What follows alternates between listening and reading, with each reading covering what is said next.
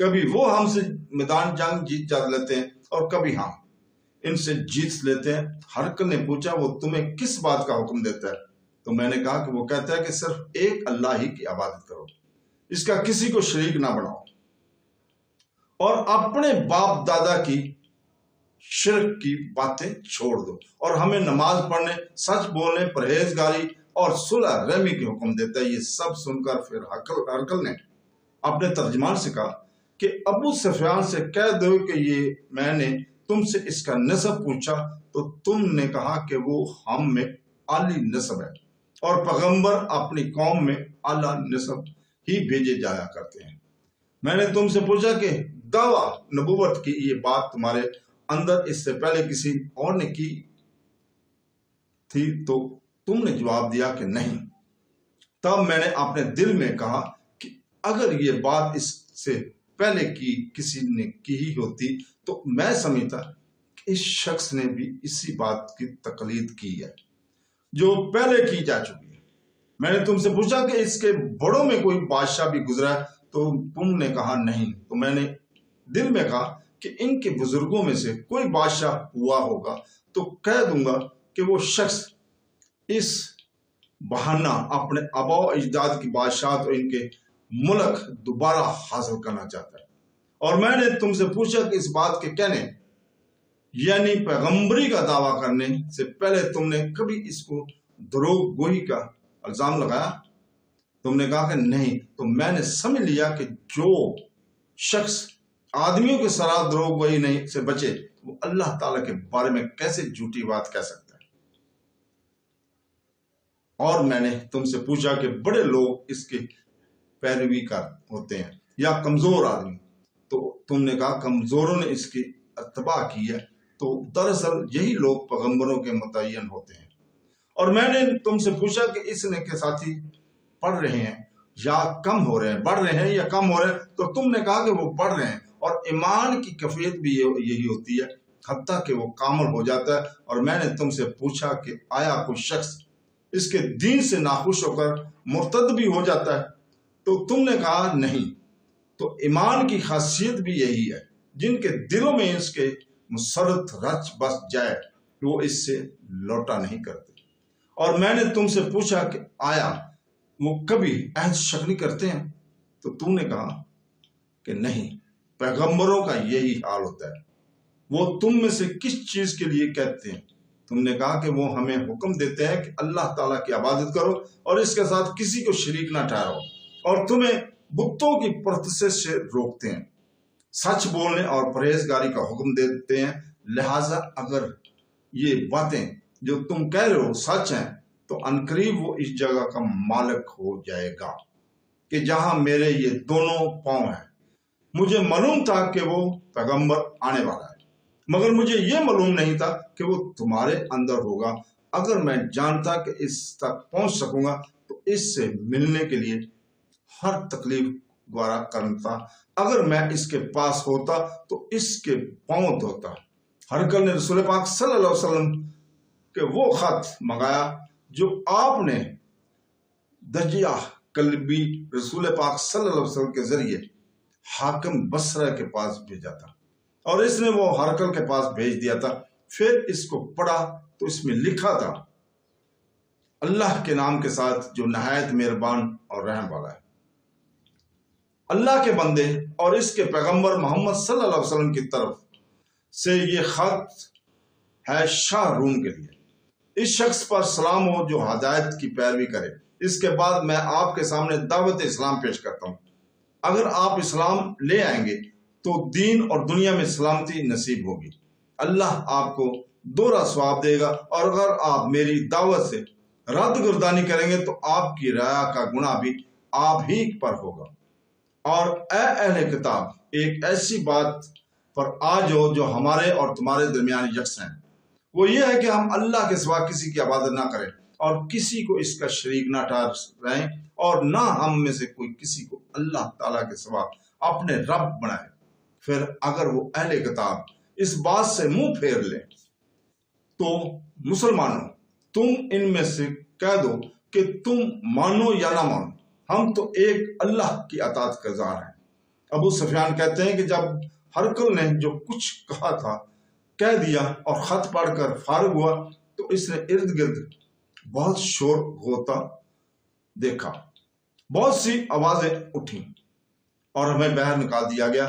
تب میں نے اپنے ساتھیوں سے کہا کہ ابو قیشا کے بیٹے نبی کریم صلی اللہ علیہ وسلم کا معاملہ تو بہت بڑھ گیا ہے، دیکھو تو اس سے بنی اصغر روم کا بادشاہ بھی ڈرتا ہے۔ مجھے اس وقت سے اس بات کا یقین ہو گیا کہ نبی کریم صلی اللہ علیہ وسلم ان قریب غالب ہو کر رہیں گے، حتیٰ کہ اللہ تعالیٰ نے مجھے مسلمان کر دیا۔ راوی کا بیان ہے کہ ابن ناتور ایلیہ کے حکم، ہرقل کا مسائل اور شام کے نصاری کا پادری بیان کرتا تھا کہ ہرقل جب ایلیہ آیا ایک دن صبح کو پریشان تھا تو اس نے درباریوں نے دریافت کیا کہ آج ہم آپ کی حالت بدلی ہوئی پاتے ہیں، کیا وجہ ہے؟ ابن ناتور کا بیان ہے کہ ہرقل نجومی تھا، علم نجوم میں وہ پوری مہارت رکھتا تھا۔ اس نے اپنے ہم نشینوں کو بتایا کہ میں نے آج رات ستاروں پر نظر ڈالی تو دیکھا کہ ختنہ کرنے والوں کا بادشاہ ہمارے ملک پر غالب آ گیا۔ بھلا اس زمانے میں کون لوگ ختنہ کرتے ہیں؟ انہوں نے کہا کہ یہود کے سوا کوئی ختنہ نہیں کرتا، سو ان کی وجہ سے پریشان نہ ہو۔ سلطنت کے تمام شہروں میں یہ حکم لکھ بھیجے کہ وہاں جتنے یہودی ہوں سب قتل کر دیجئے۔ وہ لوگ الہی باتوں میں مشغول تھے کہ ہرقل کا پاس ایک آدمی لایا گیا جسے شاہ غسان نے بھیجا تھا۔ اس نے رسول پاک صلی اللہ علیہ وسلم کے حالات بیان کیے۔ جب ہرقل نے سارے حالات سن لیے تو کہا کہ جا کر دیکھو وہ ختنہ کیے ہوئے ہیں یا نہیں۔ انہوں نے اسے دیکھا تو بتلایا کہ وہ ختنہ کیا ہوا ہے۔ ہرقل نے جب اس شخص سے عرب کے بارے میں پوچھا تو اس نے بتلایا کہ وہ ختنہ کرتے ہیں۔ تب ہرقل نے کہا کہ یہی ہے محمد صلی اللہ علیہ وسلم، اس امت کے بادشاہ ہیں جو پیدا ہو چکے ہیں۔ پھر اس نے اپنے ایک دوست کو رومیہ خط لکھا اور وہ بھی علم نجوم میں ہرقل کی طرح ماہر تھا۔ پھر وہاں سے ہرقل حمص چلا گیا۔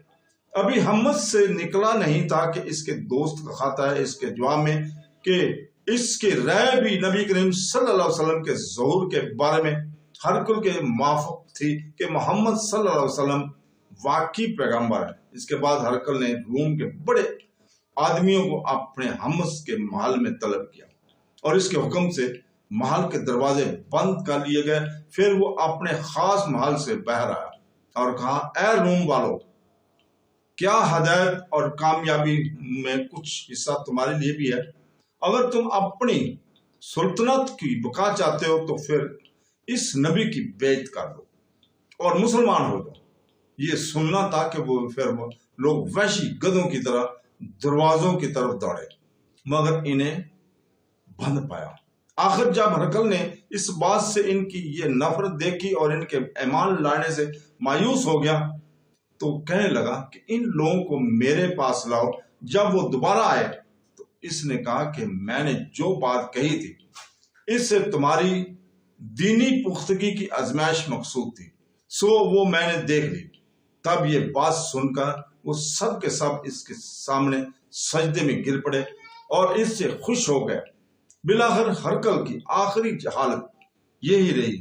ابو عبداللہ کہتے ہیں کہ اس حدیث کو صالح بن کیسان، یونس اور محمد نے بھی زہری سے روایت کیا تھا۔ تو دوستوں، بہنوں بھائیوں بزرگوں، ہم صحیح بخاری کی آج کی اس حدیث کے آخر تک پہنچ چکے ہیں۔ ہم دعا کرتے ہیں کہ یا اللہ، ہم تیرا شکر ادا کرتے ہیں کہ آپ نے ہمیں اپنے پیارے رسول صلی اللہ علیہ وسلم کے کلام سے نوازا، ہمیں ان حدیث کو سمجھنے کے عقل اور اخلاص کے ساتھ ان پر عمل کرنے کی توفیق عطا فرما۔ ہمارے دلوں کو ایمان، ہمارے اعمال کو نیکی اور ہماری زبانوں کو سچائی سے بھر دے۔ ہمیں کمزوروں، غرور اور بھول پن سے بچا۔ ہمیں ان لوگوں میں شامل کر جو قرآن پاک اور سنت رسول محبت اور انکساری کے ساتھ عمل کرتے ہیں۔ ہماری خطاؤں سے درگزر فرما، ہماری کوششوں کو قبول فرما اور قیامت کے دن ہمیں اپنی رحمت کے سائے میں اور رسول پاک صلی اللہ علیہ وسلم کی صحبت میں جمع فرما۔ آمین ثم آمین۔ اللہ حافظ۔